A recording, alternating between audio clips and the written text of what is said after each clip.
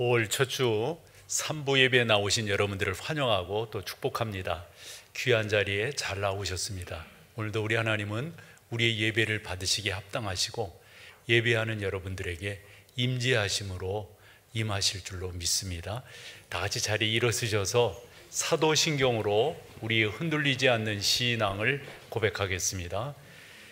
전능하사 천지를 만드신 하나님 아버지를 내가 믿사오며 그 외아들 우리 주 예수 그리스도를 믿사오니 이는 성령으로 잉태하사 동정녀 마리아에게 나시고 본디오 빌라도에게 권을 받으사 십자가에 못 박혀 죽으시고 장사한 지 사흘 만에 죽은 자 가운데서 다시 살아나시며 하늘에 오르사 전능하신 하나님 우편에 앉아 계시다가 저리로서 산자와 죽은 자를 심판하러 오시리라. 성령을 믿사오며 거룩한 공회와 성도가 서로 교통하는 것과 죄를 사하여 주시는 것과 몸이 다시 사는 것과 영원히 사는 것을 믿사옵나이다. 아멘. 아멘. 자리에 앉으셔서 찬양합니다.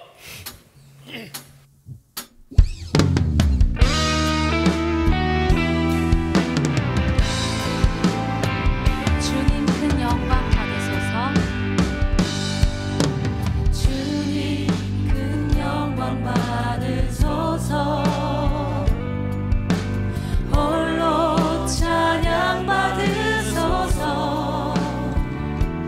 모든 이름 위에 뛰어난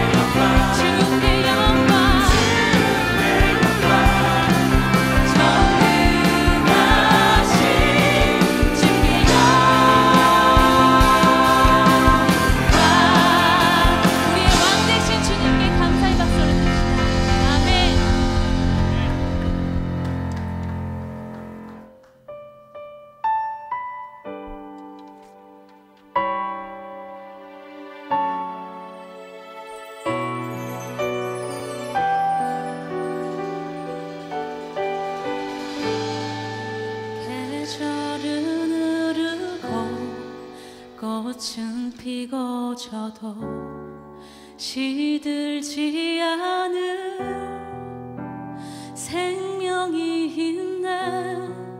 바랄 수 없었던 죄인인 나에게 생명의 주님 자신을 주셨네.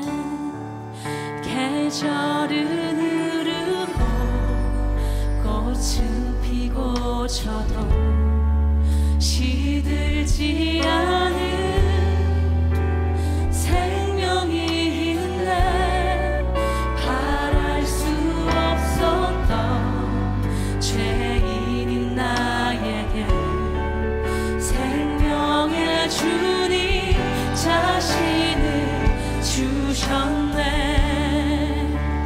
나의 삶은 내 주 예수의 것이니 내 생명 다해 예수로 살리. 내 모든 것 내 주 예수의 것이니 내 전부 되신 예수로 살리.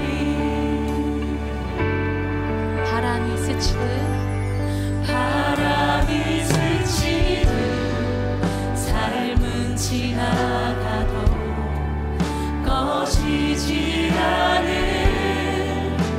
소망이 있네. 그 길을 떠나서 헤매는 자들이 주를 찾도록 나 살길 원하네. 나의 삶은 내 주 예수의 것이니 내 생명 다해 예수로 살리. 내 모든 것 내 주 예수의 것이니 내 전부 되신 예수로 살리.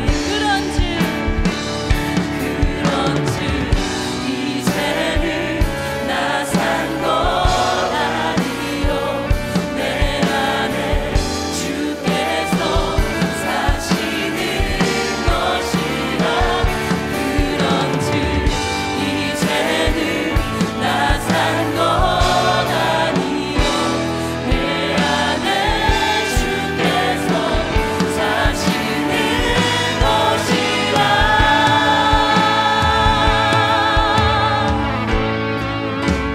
나의 삶은 내 주 예수의 것이니 내 생명 다해 예수로 살리. 내 모든 것 내 주 예수의 것이니 내 전부 되신 예수로 살리. 호산나 다윗의 자손께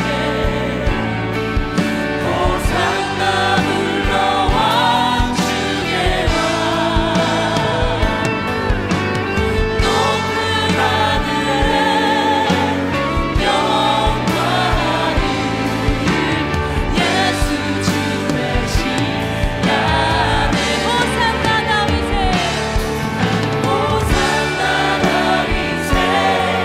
자손께 호산나 불러 왕주게 와. 높은 하늘에 영광을 예수 주 되신 야매. 크고 넓으신 하나님, 죄인인 우리에게 찾아오셔서 우리의 삶 가운데 새 생명과 소망 주신 것 너무나 감사합니다. 우리의 삶을 주님 앞에 올려드리며 주님을 예배하오니 주님 기쁘게 받아주시옵소서.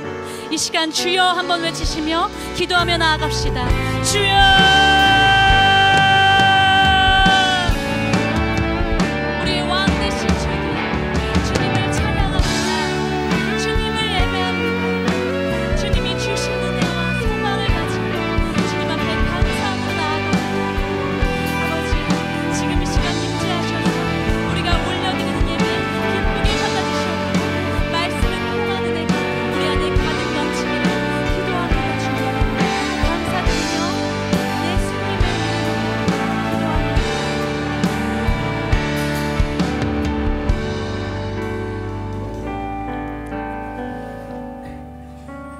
찬양과 영광을 받으시기에 합당하신 거룩하신 아버지 하나님, 하나님 앞에 예배자로 설 수 있음이 얼마나 영광된 것인지 저희가 말씀을 통하여 깨닫고 주의 임재를 통하여 경험하오며, 하나님께서 부르시지 아니하면 올 자가 없고 하나님께서 부르셔야만 이 자리에 올 수 있음을 믿기에 주의 부르심이 얼마나 거룩하고 감사하고 감격적인 것인지 사랑하는 성도들 모두가 마음을 모아 하나님 앞에 예배하며 나아가오니, 전능하신 하나님, 예배를 받으시기에 합당하신 오직 유일하신 하나님, 저희의 경배를 받아 주시옵소서.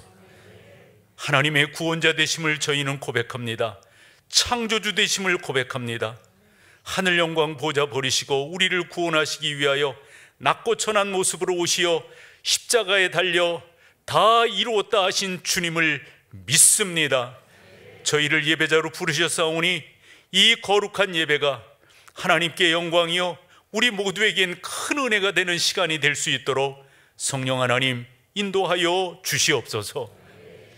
오늘 이 자리에 오시는 그 길이 우중이었기에 힘들고 어려움이 있었겠지만, 예배자로 하나님 앞에 선다고 하는 것이 얼마나 존귀한 일인지 알아 귀한 예배 자리에 머물러 있습니다. 그러며 하나님 앞에 간절히 기도하는 분들이 계실 것입니다.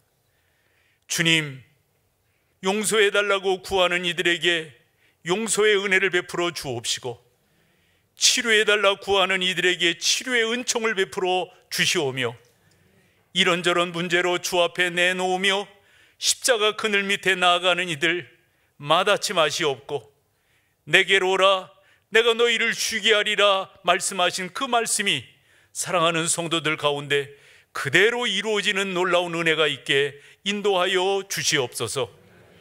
아버지 하나님, 5월을 우리가 가정의 달이라고 하옵는데 특별히 우리의 자녀들을 주의 손에 의탁하오니, 하나님 아버지 선하게 인도하시고 의로 이끌어 주시고 특별히 예배자로 승리할 수 있도록 성령이여 인도하여 주시옵소서. 주일학교, 영아, 유아, 유치, 초등 1, 2, 3, 중, 고, 청년 1, 2부를 하나님 주의 손에 의탁하오니 저들을 붙들어 주시고 하나님의 사람들로 잘 세워질 수 있도록 주여 인도하여 주시옵소서. 교사들에게 은혜를 주옵소서. 교육자들에게 말씀의 능력을 허락하여 주옵소서. 그래서 우리 교회는 작년부도 부흥하지만 주일학교가 부흥하는 거룩한 공동체가 될 수 있도록 성령 하나님 은혜를 베풀어 주시기를 간절히 빌고 소망합니다. 아버지여, 오늘도 이렇게 예배할 때 예배위원들로 수고하는 여러분들이 계십니다. 교회에 처음 오면 주차위원들을 만나게 되고 안내하는 분들을 만나게 되고 특별히 찬양으로 수고한 찬양팀들을 만나게 됩니다. 이제 시온성 찬양대가 찬양할 때 그 찬양이 하나님 앞에 올려지는 거룩한 산 제사가 될 수 있도록 여러 악기팀들과 건반을 주께서 복되게 하시고 사랑하는 찬양대원들의 입술을 복되게 하시어 주님을 영화롭게 하기에 부족함이 없도록 성령 하나님 은혜를 베풀어 주시고 인도하여 주시옵소서. 이 나라와 이 민족을 주 앞에 의탁합니다. 밖에 나가 있으면 흔히 애국자가 된다고 하는 말들을 합니다. 저도 얼마간 밖에 나가 있어 보니 나라가 생각되고 나라가 위중한 가운데 있음을 깨닫게 됩니다. 하운데 우리의 리더들은 그렇지 못하고 있음이 안타깝습니다. 하나님, 저희의 리더십들을 복되게 하옵소서. 저희의 리더십들이 국민을 두려워하게 하옵소서. 저희의 리더십들이 하나님을 두려워하는 은혜가 있게 인도하여 주시옵소서.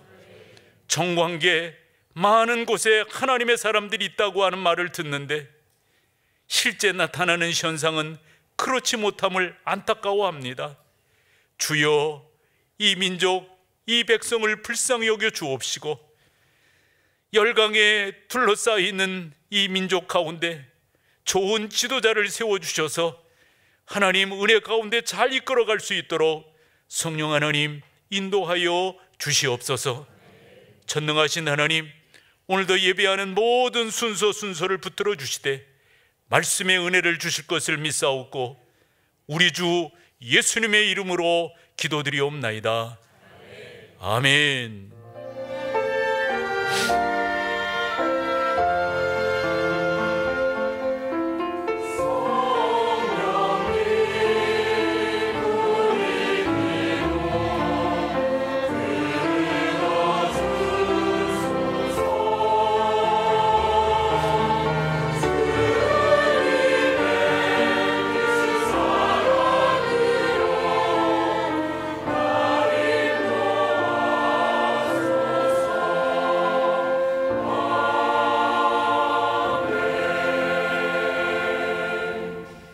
감사합니다. 오늘 함께 나눌 하나님의 말씀은 사도행전 2장 42절에서 47절까지를 본문으로 보겠습니다.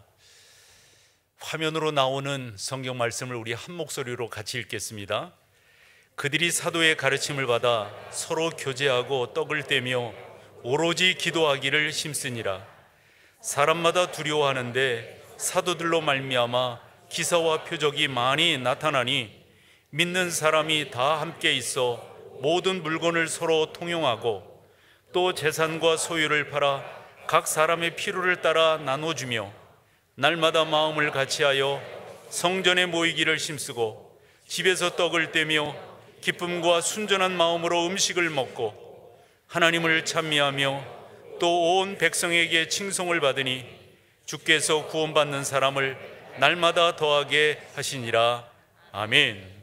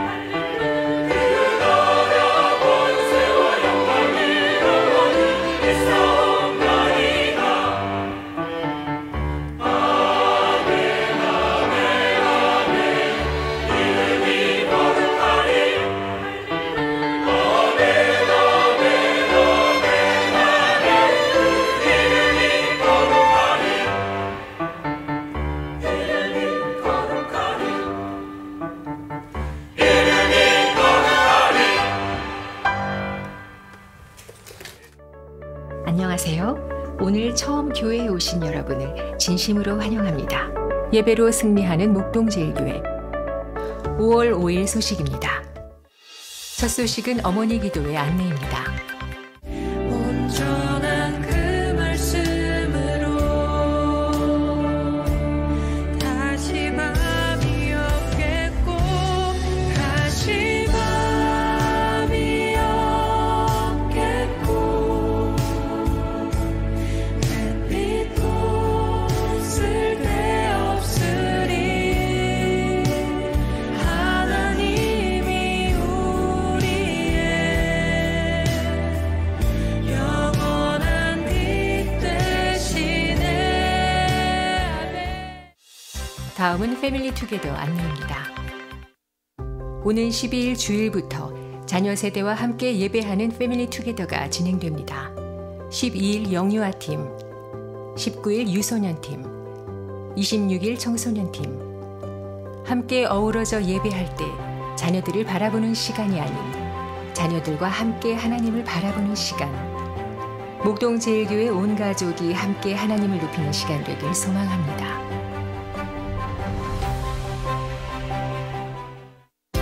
MBC 주요 단편 소식입니다.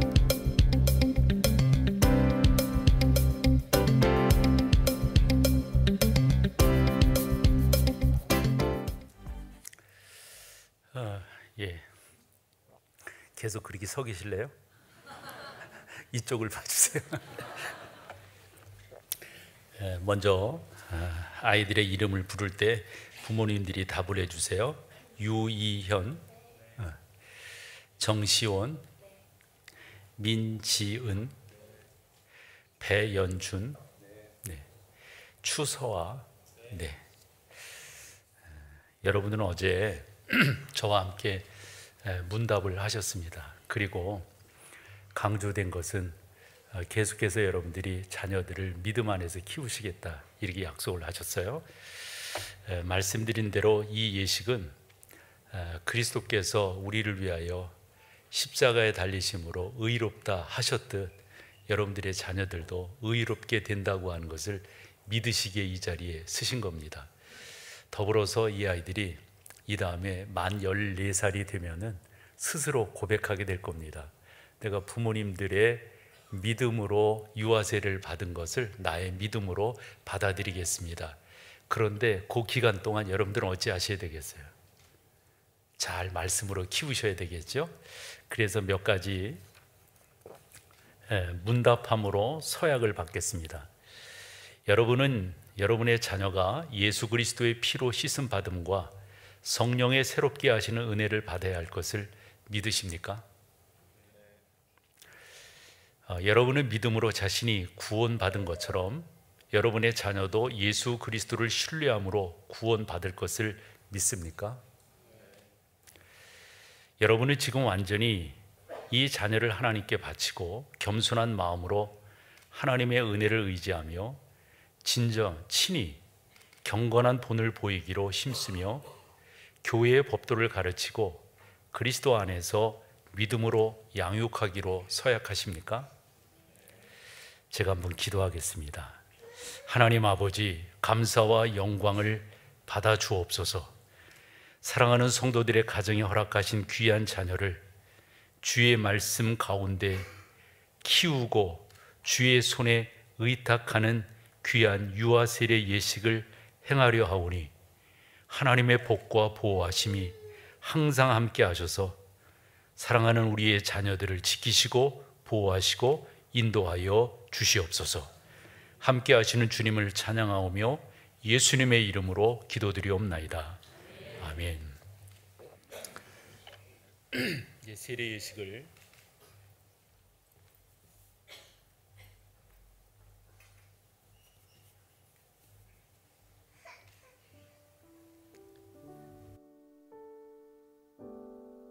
주사 맞는 것도 아닌데 벌써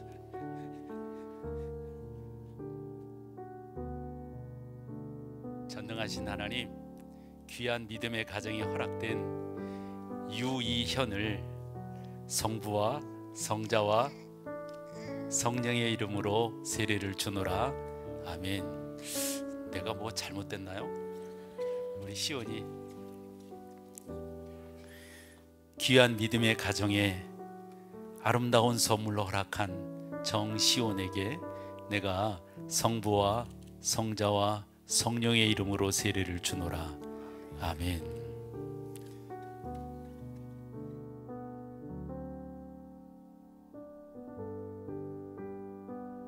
믿음의 가정에 허락된 민지은에게 내가 성부와 성자와 성령의 이름으로 세례를 주노라.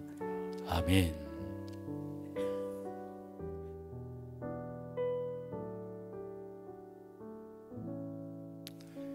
귀한 가정에 허락된 배연준에게 내가 성부와 성자와 성령의 이름으로 세례를 주노라.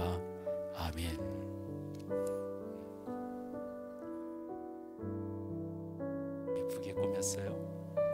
믿음의 가정에 하나님께서 선물로 주신 추서아에게 내가 성부와 성자와 성령의 이름으로 세례를 주노라.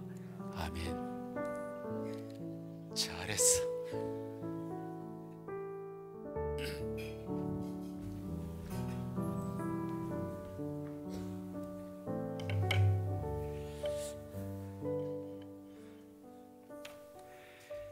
이제 유희연, 정시원, 민지은,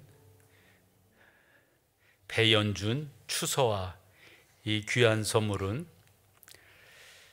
하나님께서 은혜로 허락하여 유아 세례를 받게 하셨으므로 이제 대한예수교 장로회 목동제일교회 유아 세례 교인이 된 것을 내가 성부와 성자와 성령의 이름으로 공포합니다. 아멘.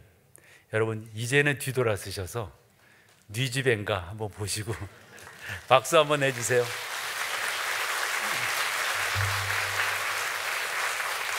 네, 이제 들어가셔도 되겠습니다. 아이들이 이렇게 보면 볼수록 예뻐요. 반응이 없으시지만 제가 할배가 됐기 때문에 이번에도 이제 바깥을 이렇게 다니면서 이제 제가 목사이기 때문에 만나는 사람들이 목회자지 않겠습니까? 그리고 교회 또 교회 단체들을 이렇게 보고 또 방문하게 되는데 많은 교회들이 많은 목회자들이 힘들어하고 있고 교회가 분쟁 가운데도 있는 것을 이렇게 보게 됩니다. 저는 질문해 보게 되는 거죠. 왜 그럴까? 왜 예수 그리스도를 믿으면서 힘들어할까? 왜 예수 그리스도 안에 있으면서 어렵게 이렇게 신앙생활을 할까 하는 질문을 가져보게 됩니다. 그러면서 갖는 생각이, 그러면 어떻게 하면 우리 교회는, 우리 목동제일교회는 이와 같은 수렁에 빠지지 아니하고 은혜의 항해를 지난 46, 7년 동안 계속해 왔는데 앞으로도 그렇게 할 수 있을까? 이런 질문을 던지면서 오늘 본문을 보게 되었습니다. 조금씩 여러분 가운데 가치관이 다르시기는 하지만은 신앙생활을 하시면서 중요한 것이 무엇입니까? 라고 물으시면 아마 여러분마다 답이 좀 다르실 것 같아요. 한번 생각을 해 보실까요? 누군가가 여러분들에게 물으셨어요. 신앙생활에 있어서 중요한 게 뭡니까? 라고 물었다고 하면 여러분들의 답은 어떤 답을 내놓을 수 있을까요? 각가지 답이 있겠지만 모범 답안을 오늘 여러분들에게 소개를 할게요. 본문 42절입니다. 같이 한번 읽어보실까요? 그들이 사도의 가르침을 받아 서로 교제하고 떡을 떼며 오로지 기도에 여러분 보시면은 여기서 그들이라고 하면은 이제 설명을 앞으로 조금 더 하겠지만은 예루살렘 교회 안으로 들어온 많은 사람들입니다. 어떤 때는 3,000명, 어떤 때는 5,000명이나 되는, 이 말은 3,000명이 들어왔다, 5,000명이 등록을 했다 이런 말이 아니라 셀 수 없는, 헤아릴 수 없는 많은 사람들이 교회 안으로 들어오게 되었다. 이 신앙 가운데 들어오게 되었다. 이렇게 이해를 하시면 됩니다. 그러면 그들이 들어와서 어떠한 신앙생활을 했는가? 첫째는 사도들의 가르침을 받았고요.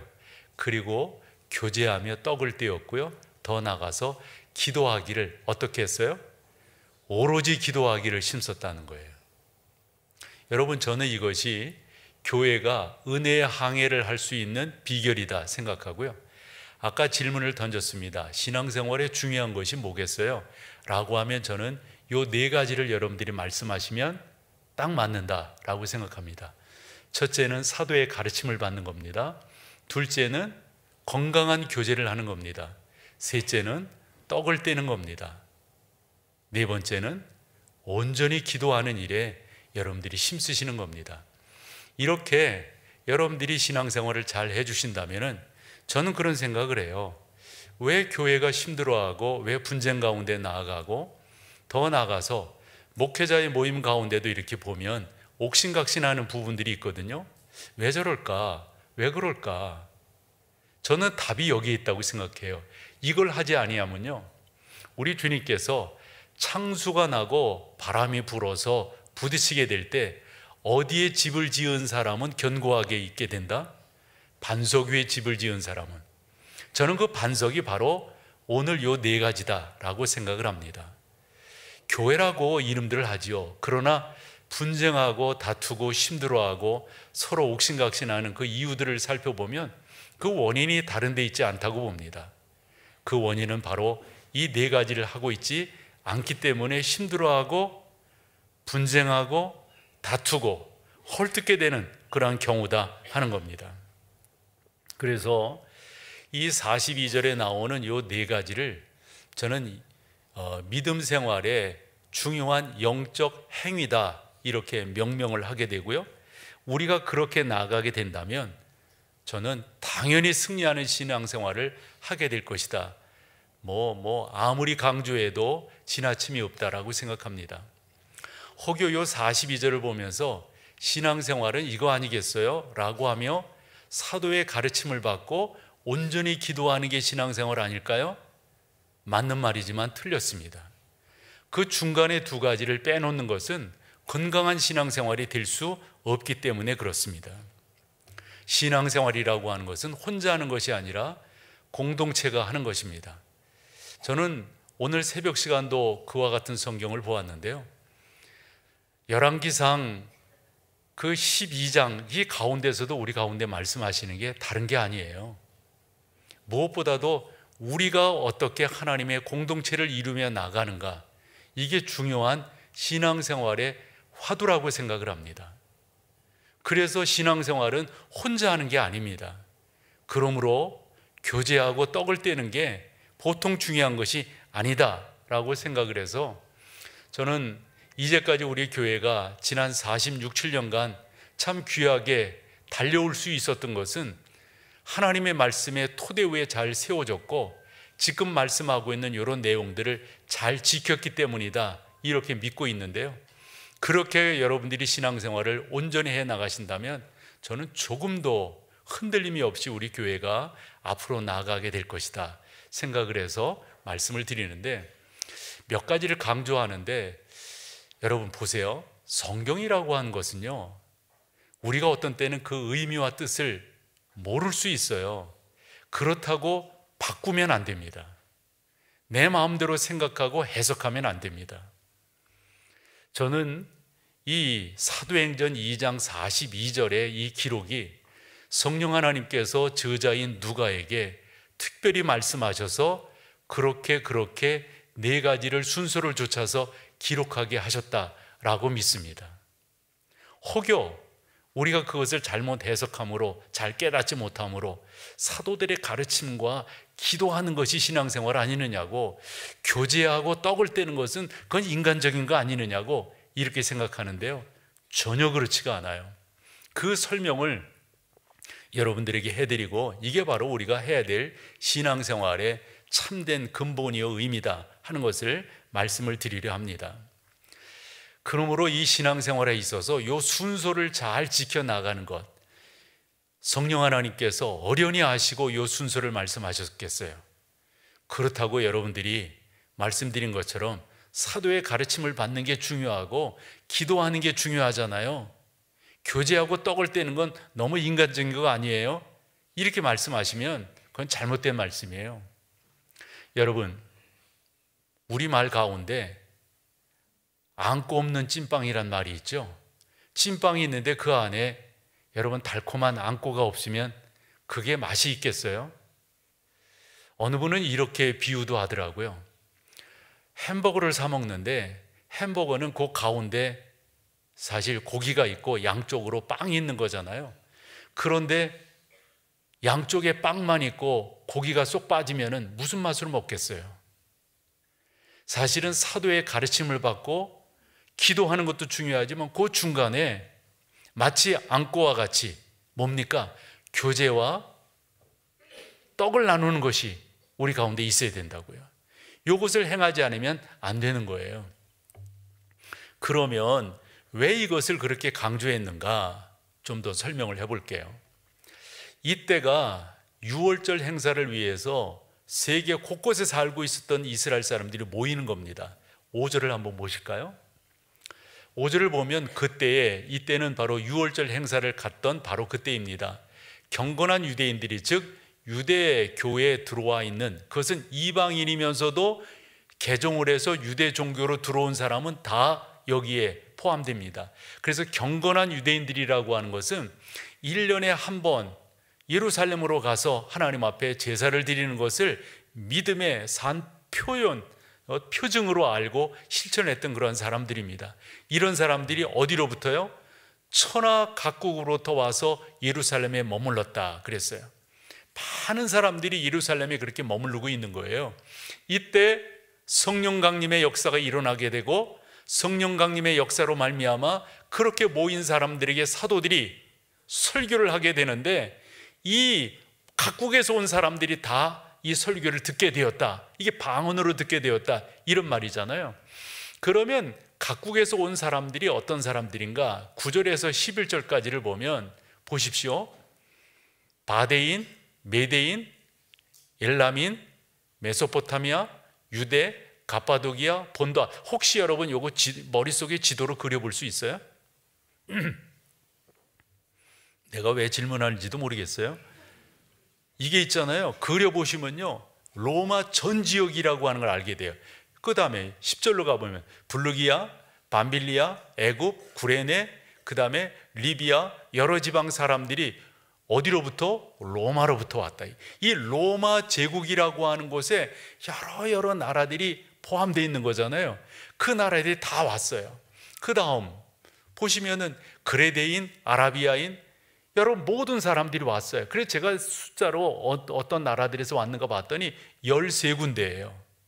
13군데의 나라에서 온 이 사람들이 성령 강림으로 말미암아 설교를 제자들이 할 때 그들이 다 알아듣고 뭐라고 말합니까? 우리가 어떻게 하면 되겠느냐? 그때 사도들이 한 말이 뭐예요? 회개하고 예수를 믿어라. 그러면서 교회 안으로 들어온 사람들을 성경은 어떻게 표현합니까? 한 번은 5,000명, 한 번은 3,000명. 이것은 3,000명, 5,000명이라고 하는 숫자 의미도 있지만 허다한 사람들이 교회 안으로 들어왔다는 거예요. 여러분 생각해 보세요. 허다한 사람들이 교회 안으로 들어왔을 때 말이 달라요. 문화가 달라요. 그리고 그 시대에는 계급이 있었어요. 사람들 가운데 주인이 있고 종이 있었단 말이에요. 마치 인도의 카스트 제도처럼 말이죠. 그런 사람들이 교회 안에 딱 들어와 있는 거예요. 여러분, 오합지졸이라는 말 여기에 쓸 수 있는 거 아닐까요? 이렇게 들어온 사람들이 사도의 가르침을 받는 것으로 끝나고 기도하는 것으로 안 되는 거예요. 이런 사람들로 하여금 공동체를 이루게 하기 위해서 뭐를 했다는 거죠? 교제하게 했고 떡을 떼게 했다는 겁니다.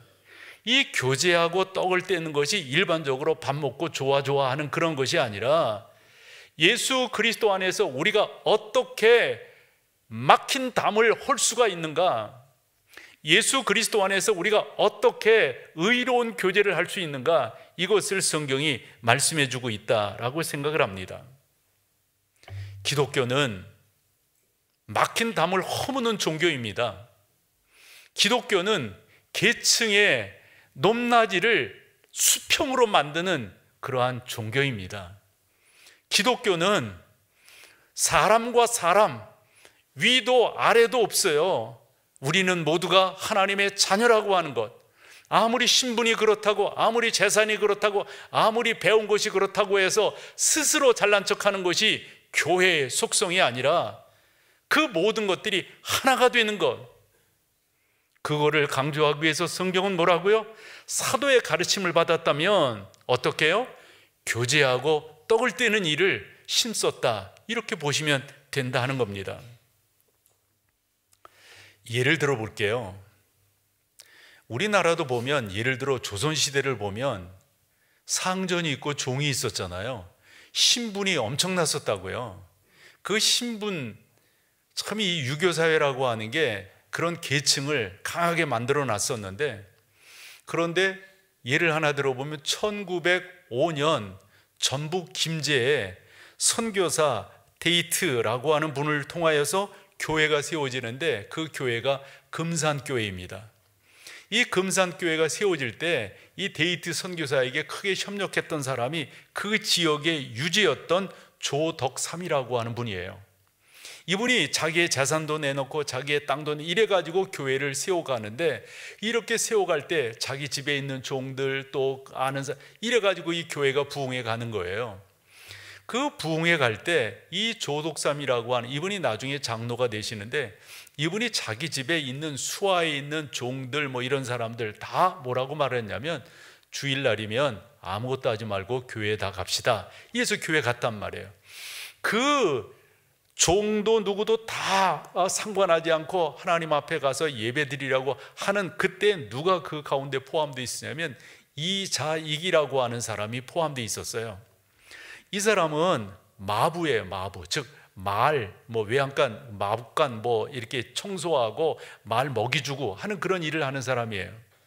그런데 이 금산교회가 부흥하고 하면서 이 데이트 선교사가 우리도 장로를 세웁시다 이러며 장로를 세우게 될 때, 일반적으로 생각해 보면은 이 조덕삼이라고 하는 분이 장로가 되는 게 일반적인 거예요. 그런데 웬걸 투표해서 뚜껑을 열어보니까 조덕삼 장로님 그 가정에 종으로 있는 이자이라고 하는 사람이 장로로 뽑히게 되네요. 사람들이 술렁술렁해요. 있을 수 없다는 거예요. 그때 이 조덕삼이라고 하는 분이 일어서서 성도들 앞에 이렇게 말을 합니다. 이 결정은 하나님이 내리신 결정입니다. 우리 금산교회 교인들은 참으로 훌륭한 일을 해냈습니다. 저희 집에서 일하고 있는 이자이 영수는 저보다 신앙의 열의가 대단합니다.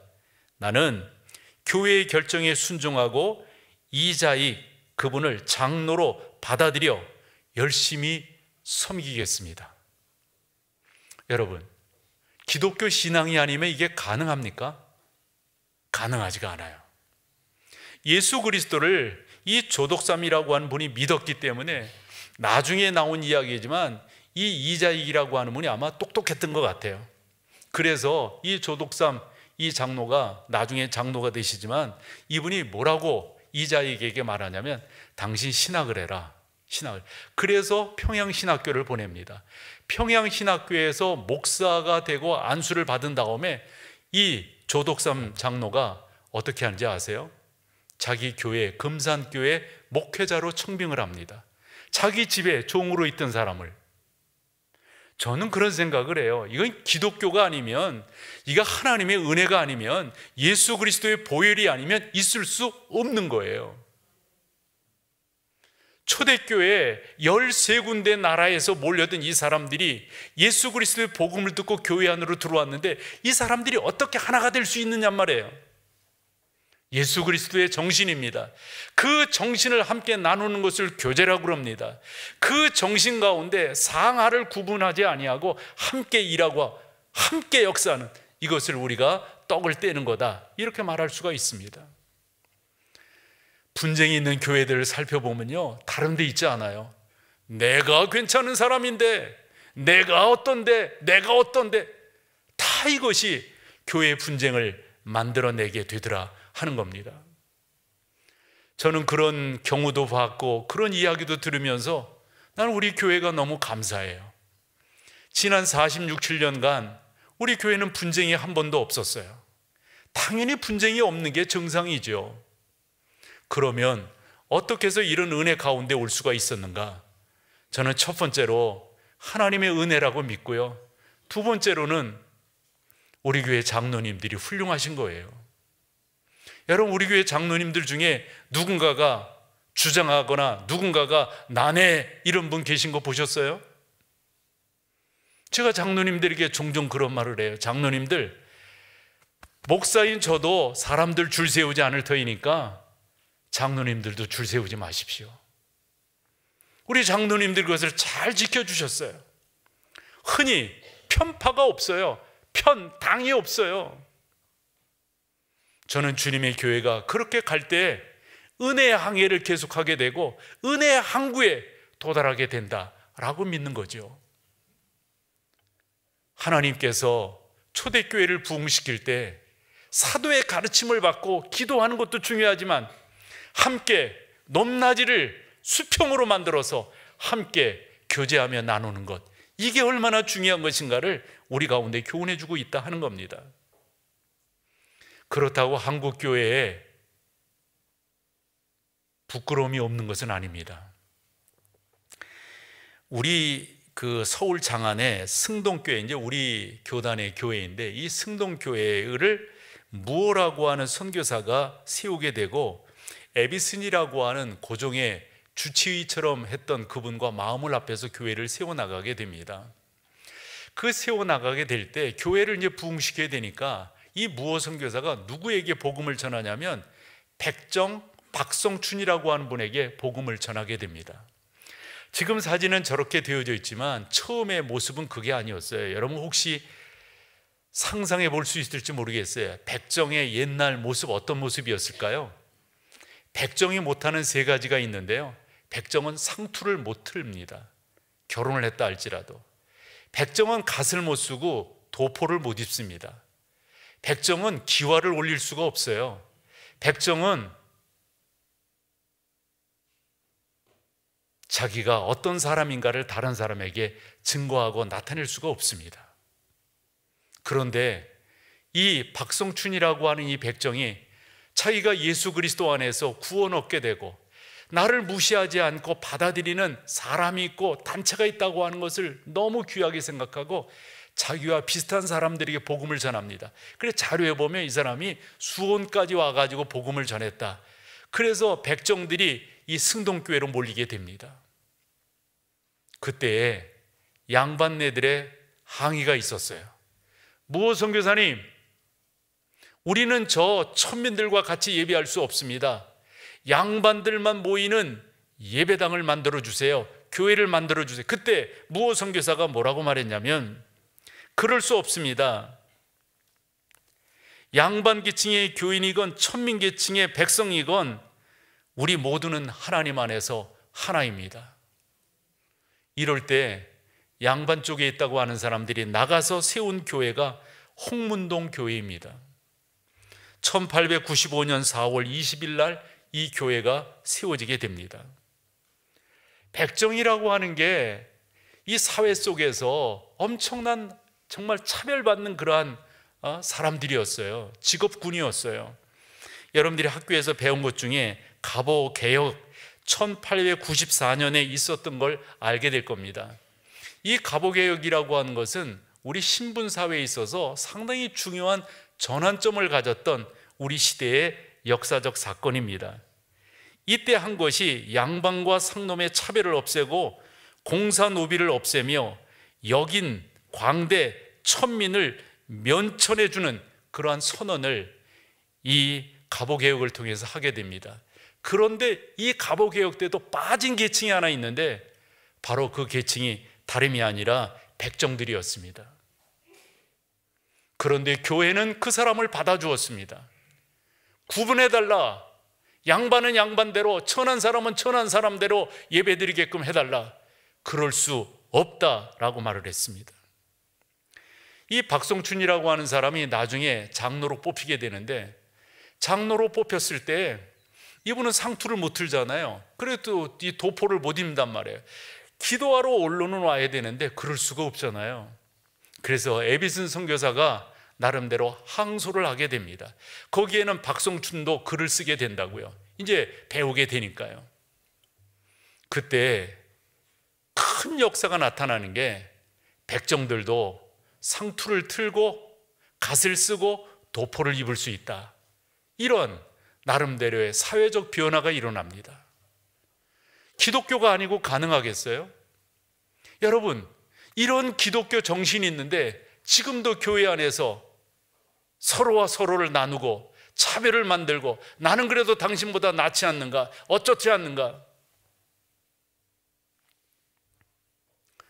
어느 교회 이야기를 들었는데요, 그 교회는 정문에 딱 들어가면 그런 거 있잖아요. 무슨 뭐 예를 들어서 뭐 서울시장을 했다 그러면 거기에 서울시장 1대 2대 3 이런 사진이 쭉 걸려 있듯이 그 교회 정문에 딱 들어가 보면, 현관을 통해 들어가 보면 그 교회 장로님들의 사진이, 내가 그랬어요. 죄송해요. 너무 격하게 말하면 용서해 주세요. 망하려면 무슨 짓을 못하냐고 그랬어요. 망하려면. 여러분, 주님의 교회에서 그 사람의 그 사진 거론할 이유가 어디에 있어요? 주님의 교회는 더 낮아져야 되는 것 아닐까요? 더 낮아져야 되는 것 아닐까요? 뭐를 더 높인단 말입니까? 초대교회가 그런 정신을 가졌기 때문에 분쟁이 없이, 마지막 여러분 27절을 보면 뭐라고 표현했습니까? 47절 한번 보여줘 보세요. 47절 뭐라고 표현하고 있습니까? 하나님을 찬미하며 또 온 백성에게 뭐예요? 칭송을 받는 이유가 어디 있어요? 칭송. 그리고 그렇게 되니까 주께서 구원받는 사람을 날마다 더하셨다.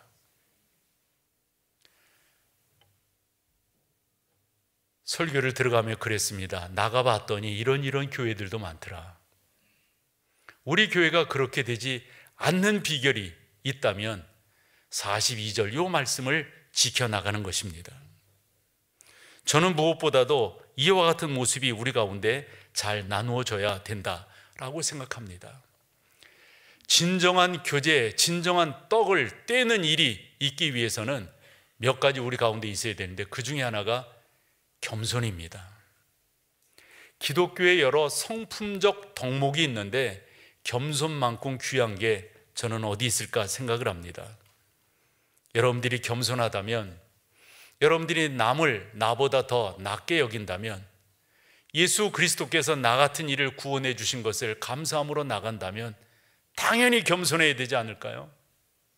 당연히 순종해야 되지 않을까요? 우리가 복음을 제대로 안다면 당연히 그 길을 가야 되는 것 아닐까요? 42절 한 번 더 보면은 마지막 저 단어가 의미가 있어요. 뭐라고요? 힘쓰니라 그랬어요. 저 힘쓴다고 하는 말의 어근을 살펴보면 계속했다 하는 말입니다. 한때 그러고 마는 것 의미 없어요. 계속해 나가는 겁니다. 저는 이런 식으로 여러분들에게 설교를 많이 했죠. 한때 신앙생활하는 거 의미 없다고요. 신앙생활은 계속적으로 잘하는 것, 한때 열심 내는 것. 여러분, 그거 성령의 사람의 특징 아니에요. 성령의 사람은 꾸준히 계속 가는 겁니다. 하나님의 은혜를 뭔지, 하나님의 역사가 어떤 건지, 예수 그리스도의 보혈이 뭔지를 안다고 한다면 계속 그렇게 나가야 되는 거죠. 그러므로 겸손하십시오. 또 하나, 이 표현도 조심스러운 표현인데, 우리에게 시간이 그렇게 많지가 않아요. 우리 언젠가 그 나이 되고요, 그 사람이 간 그 길을 가게 될 겁니다. 그래서 사도 바울은 에베소 교회에 뭐라고 말했습니까? 세월을 아끼라 그랬어요. 때가 악하니라. 이 때가 악하다고 하는 말은 뭐 죄악이 창궐했다 이런 의미보다도 기독교 가치관이 통하지 않는 세상이에요. 기독교 가치관이 요즘 잘 통하고 있나요? 그렇지 못하죠. 그러므로 여러분, 세월을 아끼셔야 됩니다. 여기 세월이라고 하는 저 단어도 의미가 있는데요, 우리가 일반적으로 헬라어에서 시간을 이야기하는 단어를 쓸 때 하나는 크로노스, 그 다음에 하나는 카이로스라는 단어를 써요. 저 세월은 크로노스라고 하는 단어입니다. 이 단어는 어떤 의미냐면 한 번의 기회입니다. 한 번의 기회. 저 시간은 직선 시간입니다. 지나가면 다시금 오지 않아요. 다시금 오는 기회가 아니라고요. 우리가 이 세상을 살아가면서 가만히 생각해 보면, 저도 이번에 친구를 만나서 이런저런 이야기를 할 때 그 생각이 들다. 우리가 언제 벌써 이렇게 나이가 됐냐? 우리가 언제 벌써 이렇게 은퇴 이야기를 하고, 우리가 벌써, 죄송하지만 여러분, 기회가 그렇게 많지 않습니다. 여러분들이 예수 그리스도 안에서 구원을 얻으셨다면, 그분의 은혜로 말미암아 이 자리에 참석하고 있고, 그분의 역사하심으로 말미암아 셀 가운데, 목장 가운데 들어가 계시다면 여러분들이 하셔야 될 일은 딱 하나예요. 격려하는 일이에요. 딱 하나예요. 위로하는 일이에요. 예수 그리스도 안에서 우리가 그런 일을 하다 끝낼 거예요. 주님이 그렇게 하셨어요. 저에게도 마찬가지고 여러분들에게도 마찬가지일 거예요. 주님이 하신 일은 너는 내 아들이란다, 너는 내 딸이란다. 그래, 내가 너와 함께 할게. 어디로 가든지 내가 너와 함께 할게. 그런 은혜가 지금껏 저에게 있었고 여러분 가운데 있는 줄로 믿습니다. 사랑하는 여러분, 수고하셔야 돼요. 그렇게 기회가 많지 않아요. 여러분과 함께하는 사람이 참 소중한 사람이에요. 참 이 성령 안에서 거듭난 사람이 해서는 안 된 일 가운데 하나가 나와 함께하는 사람에게 상처 주는 일이에요. 왜요? 자기 잘난 척하느라고. 자기는 낫다는 거 아니에요? 그래서 오늘 42절을 보면 사도의 가르침을 받았다면 교제하고 떡을 떼는 일을 하셔야 되는 거죠. 이거 영적인 행위입니다. 하나 더 말씀을 드린다면 장소라고 하는 것을 말씀을 드릴 수 있어요. 46절, 날마다 마음을 같이하여 어디에요? 그리고요, 성전과 집이라고 하는 말. 그 당시는 지금처럼 이런 교회가 없었어요. 여기서 성전이라고 하는 말과 집이라고 하는 말은 저는 같은 개념이라고 봐요. 성경을 이렇게 읽다 보면요, 성경의 기록자의 특징이 있는데 같은 뜻을 같은 단어로 쓰지 않는다 하는 거예요. 저 당시에 무슨 큰 공회당이 있었겠습니까? 없었다고요. 성전에 모였다고 하는 것, 집에서 떡을 뗐다고 하는 것, 여러분 이것은 같은 의미예요. 우리가 어디 있든지 하나님의 의와 하나님의 거룩함을 추구한다면 그것이 교회 아닐까요? 하나님의 역사하심을 추구하며 나간다면 그것이 하나님께서 영광을 받으시는 처소가 아닐까요? 저는 여러분들에게 여러분들이 있는 그곳에서, 여러분들이 서 있는 그곳에서 조금 있다가 찬양을 하겠지만 그 찬양이 담고 있는 가사가 바로 그렇습니다. 내가 서 있는 이곳에서 주님 영광 받으세요. 주님 영광. 그러면 그곳이 하나님의 성전이고 그것이 교제와 떡을 떼는 거룩한 장소가 되는 거란 말이죠. 또 하나 여러분, 거룩한 경건한 대화들이 여러분들의 모임 가운데 있다면 뭐 세상 이야기 안 하시겠죠. 쓸데없는 이야기 안 하시겠죠. 서로를 위로하고 격려하는 대화들. 그래서 저도 이렇게 말을 뭐 이렇게 썩 잘하는 사람이 아니어서 교제를 잘하는 사람들의 특징을 이렇게 들여다본다고요. 그러면 참 사람들에게 사랑을 받고 하는 사람들을 이렇게 보면요, 특징이 하나 있는데 그 특징은 뭐냐면 상대방이 말할 때 집중해서 들어준다는 거예요. 흔히 리액션이 좋아요. 리액션이. 저는 여러분 가운데도 그런 은혜가 있기를 간절히 소망합니다. 사랑하는 여러분, 우리는 하나님의 교회를 온전히 세우기 위해서 지금 이 자리에 있는 거예요. 여러분들이 구원받는 것, 그건 벌써 이루어졌어요. 여러분들이 하셔야 될 것이 있다면 주님의 교회를 잘 세워가는 겁니다. 혹여 안 돼, 할 수 없어, 이리 생각하는 분이 계신가요? 동영상을 하나 볼 건데요, 그 동영상에서 원과 사각형이 있습니다. 굴린다면 뭐가 잘 굴러가겠어요? 당연히 원이 굴러갈 수 있죠. 잘 굴러가겠죠. 그런데 사각형을 굴리는 방법이 있더라고요. 그것이 바로 여러분들이 하셔야 될 교제와 떡을 떼는 일입니다. 영상을 한번 같이 보실까요?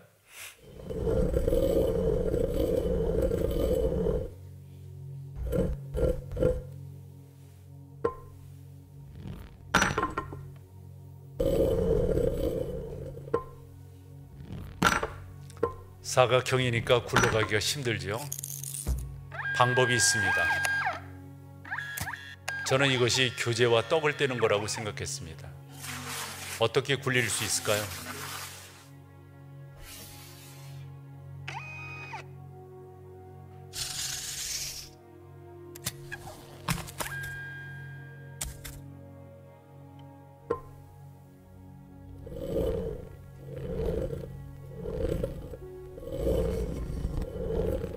되레 원은 안 굴러갑니다. 못 굴러요. 여러분들의 교제와 여러분들의 떡을 떼미 사각형도 잘 굴러가게 만드는, 나와 다른 것을 함께하는 그러한 거룩한 공동체를 이어가서 평화로, 평강으로, 화평으로 이루어지는 교회를 만들어가는 우리 모두가 다 되기를 소망합니다. 자리에 일어서셔서 마지막 찬양으로 주 앞에 나갑니다.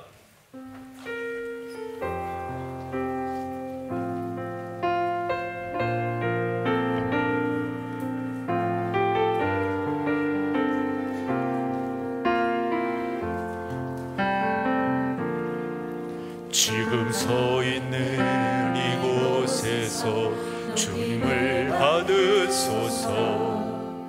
내가 밟는 땅 주님의 땅이니 하늘이 주의 이름 높이 올리며 넓은 바다가 주를 노래해. 모든 만물 주를 경배해. 모든 입술 주를 찬양해. 천지를 만드신 만물의 통치자 높이 받으소서. 평생에 주의 이름 높이며 어느 곳에서든지 주님을 예배하리라. 내가 밟는 모든 땅 아버지의 영광이 선포되야 하니 찬양하며 주님을 예배할 때 하늘 가득한 주의 영광 보리라. 나를 통하여 나의 입술을 일하여 주의 높임을 받으소. 우리 처음부터 다시 한번 하겠습니다. 지금 서 있는 이곳에서 주님을 받으소서. 내가 밟는 땅 주님의 땅이니 하늘이 주의 이름 높이 올리며 넓은 바다가 주를 노래해. 모든 만물 주를 경배해.